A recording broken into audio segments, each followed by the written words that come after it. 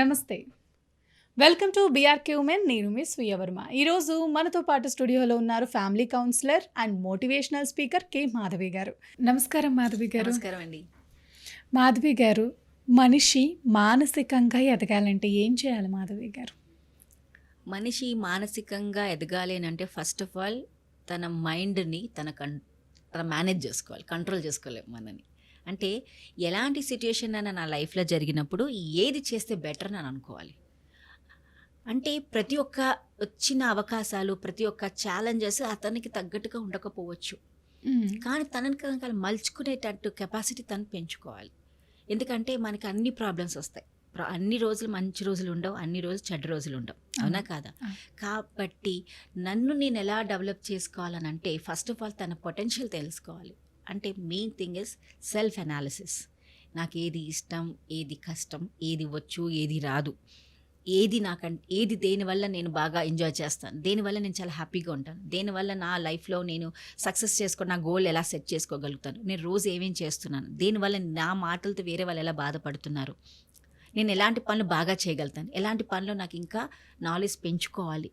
ఇలాంటివి ఎప్పుడైతే మనని మనం సెల్ఫ్ అనాలిసిస్ చేసుకుంటే తాను తగ్గట్టుగా మనని మనం మార్చుకున్నాడు మనం ఎదగలుగుతామండి. సో ఇది చాలా important.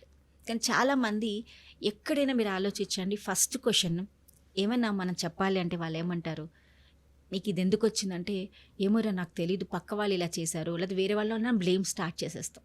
Yes or not? Blaming will the first starting concept అదే మనకుంటుంది. బట్ మనం ఎప్పుడు కూడా మనని మనం ఎప్పుడు తక్కువ చేసుకోలేం. తెలుసు వాళ్ళు తప్పులు ఎక్కువ వెతుకుతూ ఉంటారు, అంతే కదా. అంటే నేను ఇవాళ ఒక అవకాశం దొరికింది, నేను రాలేకపోయిన కారణం ఏంటంటే నన్ను మా వారి టైంకి దింపలేదో, లేకపోతే నేను ఆటో బుక్ చేసినప్పుడు ఆటో వాడు సరి తొందరగా రాలేదు, లేకపోతే నాకంటే ముందు ఆవిడకి అవకాశాలు ఇచ్చారు ఎందుకంటే ఆవిడ ముందు నుంచి దీంట్లో పనిచేస్తున్నారని ఏదో ఒక రకంగా మనం అవకాశాలు పెట్టేస్తూ ఉంటాం. బట్ ఒక్కసారి ఆలోచిస్తే నా గురించి నేనే జనరలైజ్ చేసుకుంటే నా తప్పు నాకంటే ఎక్కువ ఎవరికి తెలియదు. ఎందుకంటే నేను నాతో అబద్ధాలు చెప్పలేను కాబట్టి మన మైండ్ చెప్పేస్తుంటుంది నువ్వు చేసిన తప్పు ఏంటో. కాబట్టి నువ్వు ఎదగాలి అని అంటే ఫస్ట్ ఆఫ్ ఆల్ నీకు నువ్వు ట్రూగా ఉండాలి. So try to work on your self. మన మీద మనం పనిచేసినాడు ఈ శక్తిని మనం పెంచుకోగలుగుతాం. కానీ ఎప్పుడు కూడా మనము ఇది వదిలేసేసి బయట ప్రపంచంలోనో, బయట సొసైటీలో ఏం జరుగుతుందో, బయట వాళ్ళతో నేను ఏం చేస్తే బాగుంటుంది, వాళ్ళు నాకేమి ఇస్తున్నారు, వాళ్ళు నాకేం చేస్తున్నారు అన్న విధానంలో మనం ఎదిగినంత కాలం మనం ఎదగం. ఎందుకంటే no one is going to help you out. మీకు మీరే హెల్ప్ చేసుకోకపోతే బయట వాళ్ళు వచ్చి ఎందుకు చేస్తారండి హెల్ప్? వాళ్ళకేం పని ఉంది, అవునా కదా? సో మన శక్తిని, మనం మేధావి శక్తి అన్న, మన మెంటల్ యాటిట్యూడ్ అన్న, స్ట్రెంగ్త్ అన్న పెంచుకోవాలని అంటే positivity is very much important. ఏదైనా జరగనియండి, ఇది నా మంచిగా ఒక్కసారి అనుకుంటే maybe we can survive for a better cause. ప్రతిసారి చాలా వరకు నేను చూస్తూ ఉంటా, ఎవరైనా ఏదైనా కొన్నారనుకోండి, వెంటనే 2-3 రోజులు పాడైపోతుంది. వెంటనే అనుకుంటారు, నా లైఫే ఇంత, నాకు ఎప్పుడు ఇలాగే జరుగుతుంది, నేను ఏది కొన్నా పాడైపోతుంది అనుకునే దానికంటే బెటర్ ఏమో దానికి ఒక కారణం ఉందేమో అందుకని పాడైంది, కాకపోతే పోయింది, ఏం చేస్తాం ఇప్పుడు అన్న ఫీలింగ్లో ఉన్ననాడు మీరు హ్యాపీగా ఉంటారు. అంటే మీ మెంటల్ యాటిట్యూడ్ని పెంచుకోవటానికి ఇలాంటి వస్తువులు జరిగినా కూడా ఎక్కడ నేను బాగుంటే హ్యాపీగా ఉంటే తెలుసుకోవాలి. బికాస్ ఇట్స్ ఎ లైఫ్, అన్నీ వస్తూ ఉంటాయి. ఇది అన్నీ మంచి జరిగితే ఇంకా మనం ఎప్పుడు మారుతామండి, అవునా కదా? ఏదైనా చెడు జరిగినప్పుడే దాంట్లో మంచితనానికి విలువ క్రియేట్ అవుతుంది.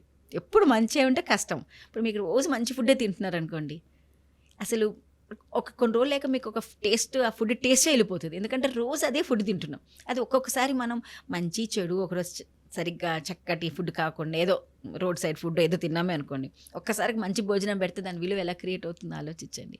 అంటే anything which comes in our life first of all దానికి ఒక వాల్యూ క్రియేటింగ్గా జరిగినప్పుడే మన లైఫ్లో సక్సెస్ అవుతాం మనం. కాబట్టి మనం ఈ యాటిట్యూడ్ పెంచుకుంటూ పోవాలంటే the main thing is positive mind set. So positive mind set is not so easy. ఎందుకంటే మనం మానవులం, ప్రతిదాన్ని ఇది మంచికే, ఇది చాలా బాగా జరిగింది కూడా మనం చెప్పడానికి చాలా కష్టం. ఎందుకంటే ఇతర వ్యక్తిని అర్థం చేసుకోవడం చాలా కష్టం. కాబట్టి ఎవరు మారగలుగుతారు మేడం? మీరు మారుతారా? మీరు నన్ను మార్చగలుగుతారా? మీరే మారుతారా? మనకు మనం మారితేనే బెటర్ కదండి. అంతే కదా, మనకి మనం మారితేనే బెటర్ అవుతుంది. కాబట్టి నేను ఇప్పుడు ఏం చేయాలి? నేను మిమ్మల్ని మార్చాలంటే కష్టం. బట్ నన్ను నేను మార్చుకోగలుగుతానా లేదా? ఆ మారాలంటే నేను ఏం చేసుకోవాలి? వచ్చిన దాన్ని ఎలాగా నాకు విధంగా మార్చుకునేటట్టు యాటిట్యూడ్ పెంచుకోవాల్సిందేనే.